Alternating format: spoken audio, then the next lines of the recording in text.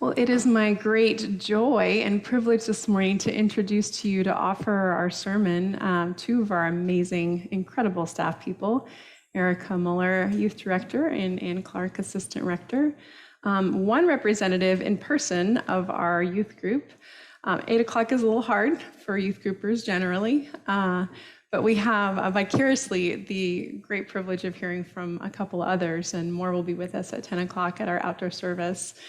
So first, but not least, I'm going to introduce to you a video montage of the week that we spent together camping in Cloverdale, above Cloverdale, put together by Michaela Cowan. I don't think I really ever vocalized how much youth group has meant to me, like in the years, like probably meant too much. And possible. This song is like really dedicated to everyone, but the seniors especially. I don't think you guys realize like how much you impacted my life, and you all like accepted me with like open arms when I was going through a really hard time in my life. So anyway, here's the song. Love you too.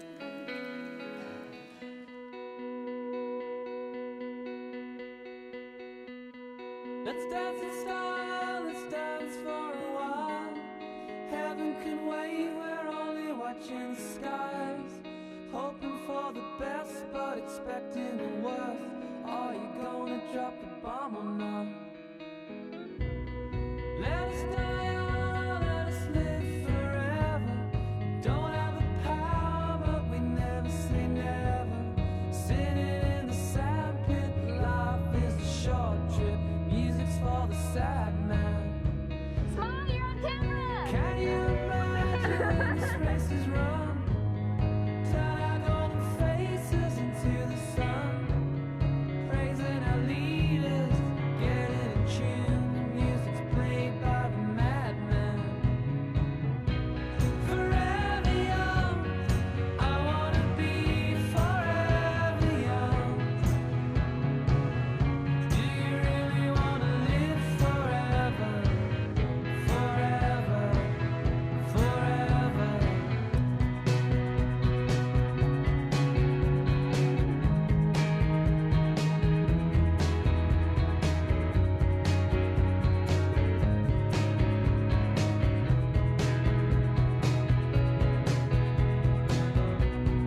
Summer like water, summer like the heat. Summer the melody, summer the beat. Sooner or later they'll all be gone. Why don't we stay young? It's hard to get old without a cause. I don't wanna perish like a fading horse. Youth is like diamonds in the sun. Diamonds are forever. Forever young, I wanna be forever young. Do you really wanna live forever? Forever, forever. Forever young, I wanna be forever young. Do you really wanna live forever? Forever, forever. Forever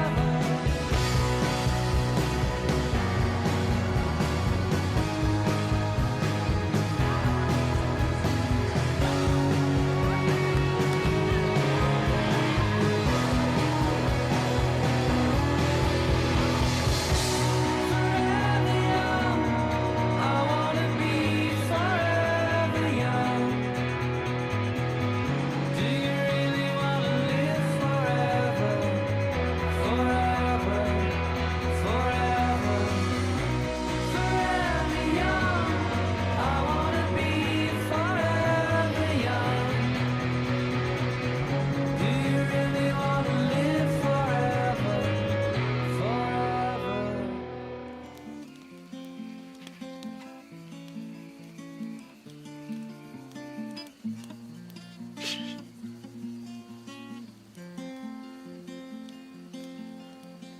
Love of mine, someday you will die. I'll be close behind, follow you into the dark. No blinding light, tunnels to gates of white. As our hands clasp so tight, waiting for a hint of a spark. If heaven and hell decide that they both are satisfied, illuminate the nose on their vacancy signs. There's no one beside you when your soul embarks. I'll follow you into the dark.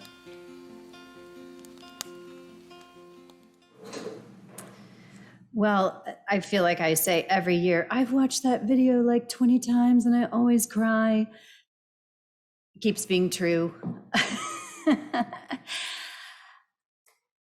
Well, this was our 12th mission trip, and maybe one of the most unique ones, although in 2020 we had our mission in place, also fairly unique to have a gathering on Zoom of this nature. But this year we were really super fortunate to be able to be in person together. We were super fortunate to use a private family property owned by the Vidans. Gabby, who you saw a couple of times in the video, her family has a property that we were very comfortable with for the few days that we were together.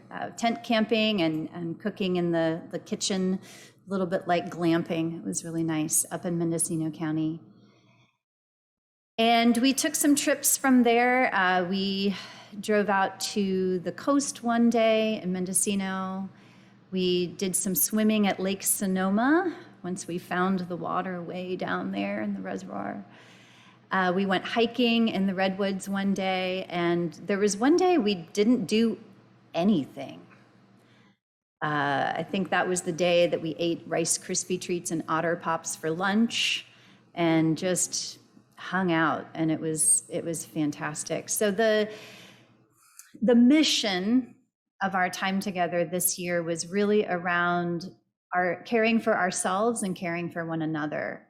It's needless to say, the last 18 months have been challenging for all of us, but I do really believe that adolescents have had it pretty tough, particularly having to be isolated in a time in their lives when they're the most social and really need to be out in the world and connecting with people. So it really was an important time that we got to regather ourselves as a group and spend some time just hanging out. I had like a logistical plan and sort of a timeline of how the days might go, but rather than leaving in the vans at 9:30 in the morning for our hike, it was more like 11:30, and it was leisurely, which worked out so great for everybody. So as I've been reflecting on some of my own, personal favorite memories of this trip, that is one, which coincided nicely with the first time I had a kid of my own on the trip. So, this sort of like more relaxed pace of everybody just doing their thing, and me having a 1-year-old was a nice coincidence, and it worked out really well for everybody to be a little bit more low key. I think one of the biggest highlights, besides a lot of the spiritual work and more emotional things that you'll hear probably a little bit later on, is the students did this entire trip on their own. As many of you know, we've partnered for a long time with a ministry called Next Step Ministries. They're fantastic and they've organized mission trips for us. Basically, all we have to do is get ourselves to whatever city or country, and they feed us and house us and provide meaningful work and connection for a week. And we had already decided a couple of years ago, actually, that we were ready to do this on our own, and we felt that we could handle that kind of planning, and we did. The students prepared the activities. They came up with all the equipment that we would need. They planned the meals and executed all of the cooking. They most importantly planned and executed worship, which outside of some contributions from the leaders with some spiritual reflections, the students really made all of the worship themselves. I played no instruments the entire time, which was pretty cool. So just as a person who's done this work for 15 years, getting to see that kind of coalescence, fruition, you know, after those many years, and especially in a time where it would have been very easy to just be able to say to them, oh, here, we made this for you, just show up to it, right? But the opposite was true. The very first day of the trip, we get there and we're like, everyone's going and setting up their tent and finding their space. And Matthias and I had borrowed this like ridiculously large tent from our friends because we had to put a pack and play with our 1-year-old in the tent. So I wanted like the big, you know, Taj Mahal, which we received. And then we were trying to put it together. And it was really hard. And I was like, I don't think I can do this. I'm gonna have to sleep outside. Like I really believe like this is not gonna happen. And some of the kids came over and said, oh, can we help with anything? I said, yes, can you please put my tent together? And they did. They were like, yeah, no problem. And we got to sleep in a tent instead of next to an unassembled tent.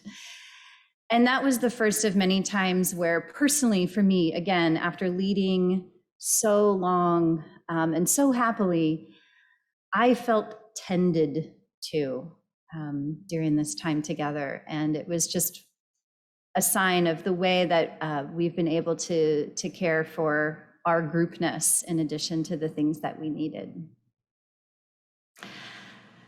So I've invited the students and other leaders who were on the trip to give some of their reflections.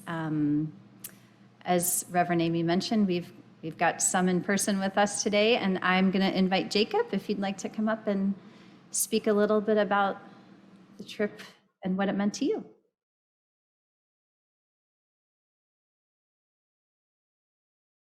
I really enjoyed the trip. It was my first trip. I have only ever been on one other mission trip here at Grace Episcopal Church when I was in 3rd grade when we first got here. Before that, I had no idea what the whole mission trip idea was about. I knew that all the teenagers got to get in their car and drive to some far off destination and do something, but I didn't know what. And as my first real mission trip, this was really meaningful because we were all there together. It was kind of like an easing into the hard work. I really enjoyed it. There was lots of love and sharing, and we were all just like one big happy family. Thank you.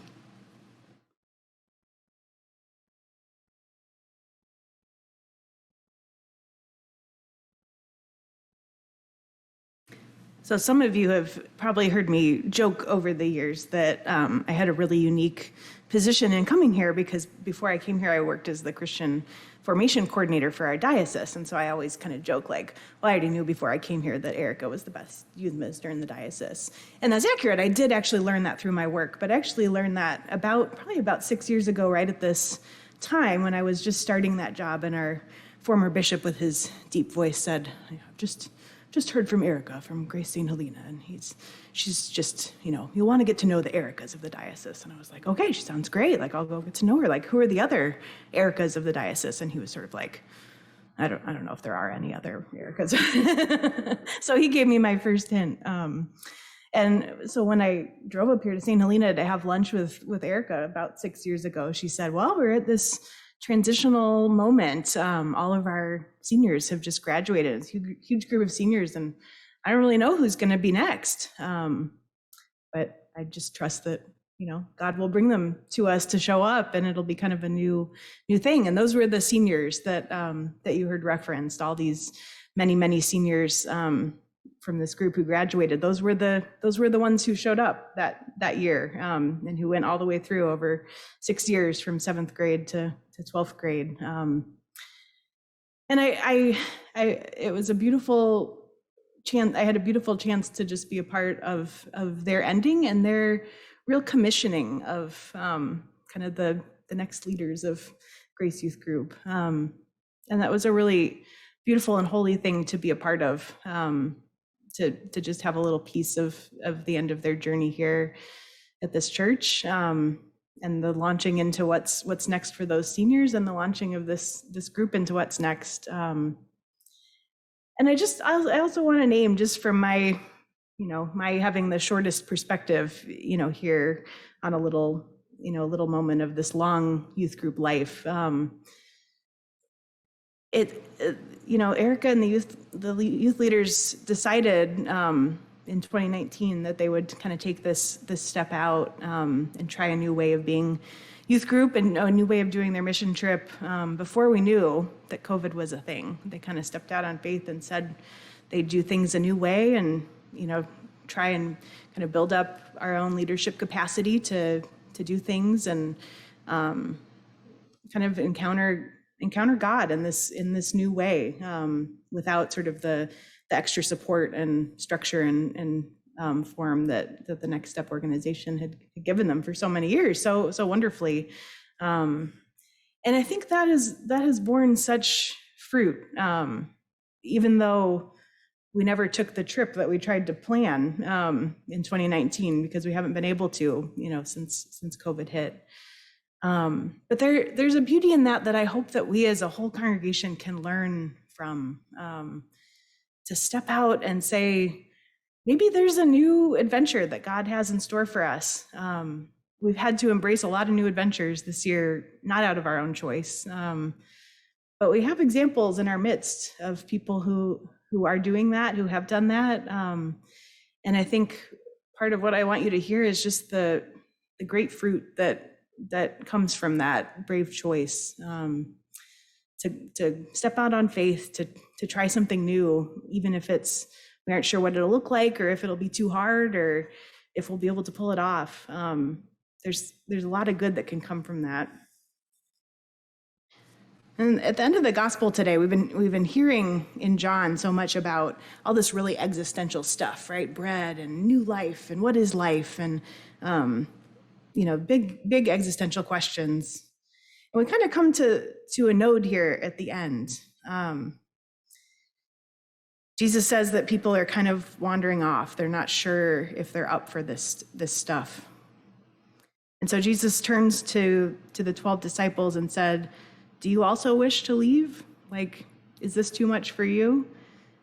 And you can kind of tell, like, that the disciples have thought about this. Like, is this going to be too much? Like, am I really up for this, like, big existential journey that's about life and discipleship and hard stuff and being sustained only by the bread of the Spirit, and a totally new way of understanding myself and our community and what it means to be a person, making hard choices about really living in the life of the Spirit instead of the life of flesh, all these big things. You can tell the disciples have really been wondering about, okay, am I really up for this? They've been listening to Jesus.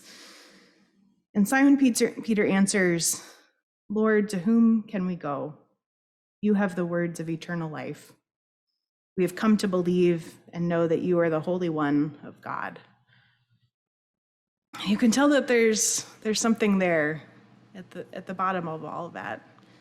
That they know they've encountered the holy living God, the God who makes all things new, the God who created all of us out of nothing, that they are encountering through Jesus. They're encountering that Holy One. And I think we didn't all have the chance to go and experience that holy encounter with God that I think that everyone had on this youth trip, but we've all had that experience. Otherwise, we wouldn't be here, of the encounter with with the wild, untamable, ever-changing, but yet unchanging God of everything that goes beyond description. And that can be just as scary as it is comforting sometimes. But at the end of it, that's what we have. God is who we have. And the encounter with that living God is something that we can return to again and again, not holding up as an idol, the one way I experienced it, that I can only experience it, God, here in the Sanctuary of Grace Church or on a mission trip once a year, or, in a particular camp or a particular space or particular way. Living God is living among us, calling us out into ever more new adventures, bringing us more fully into his life and his truth. So I invite you over the course of this year to listen to those experiences that you have within yourselves of that holy, living, wild God, and also to maybe especially consider the wisdom of the youth that we have among us, this group, because they have experienced, I think, an important piece of what we are all experienced. They've gone before us in a way.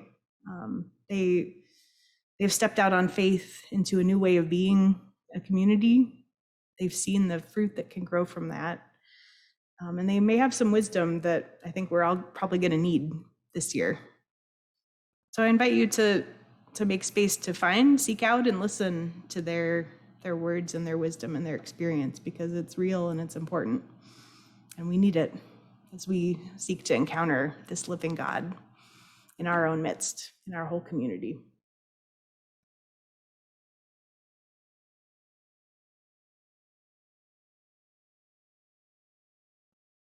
I have one more reflection that I'd like to share this morning with you. We, as Anne mentioned, we had that large group of seniors who 6 years ago came in as seventh graders and made youth group for themselves. And 14 of them graduated this year. And 5 of them came on our mission trip, which I think really made a difference to all the underclassmen especially. You heard a little bit of that at the very beginning of the video. And 4 of those 5 seniors who were on the trip had made it on all 6 mission trips that happened over the course of their tenure in the group. So I give a little sort of prize to all those students, make a little collage of the photos from 6 years of trips for each of them. And I've never made 4 in 1 year. I've made 4 total in 12 years. So it was pretty incredible. And so one of our graduates, Michaela Cowan, is off in Florida. She and her family moved to Florida at the beginning of the summer, in addition to, she going off to college in Florida as well. And so after 9 years here at Grace Church and her 6 years in mission trips, she's on a big new adventure and wanted to write a little thing that I'm going to read to you right now. She says, "I'm currently packing and getting ready to go off to film school, which starts in 2 days. Just another adventure and another part of life to move on to." When Erica asked me to write a reflection about our trip, I realized that I haven't done much reflecting myself, so excuse me if this sounds like I'm rambling. The last almost 18 months have flown by for mostly everyone. Now, as we speak, I'm across the country, and most of my friends are scattered across the world, many of whom were also in the youth group. This was our last trip for a lot of us. There are a lot of goodbyes and see you laters. I found myself wondering, well, would it really hurt if I stayed behind for another year? One more real mission trip?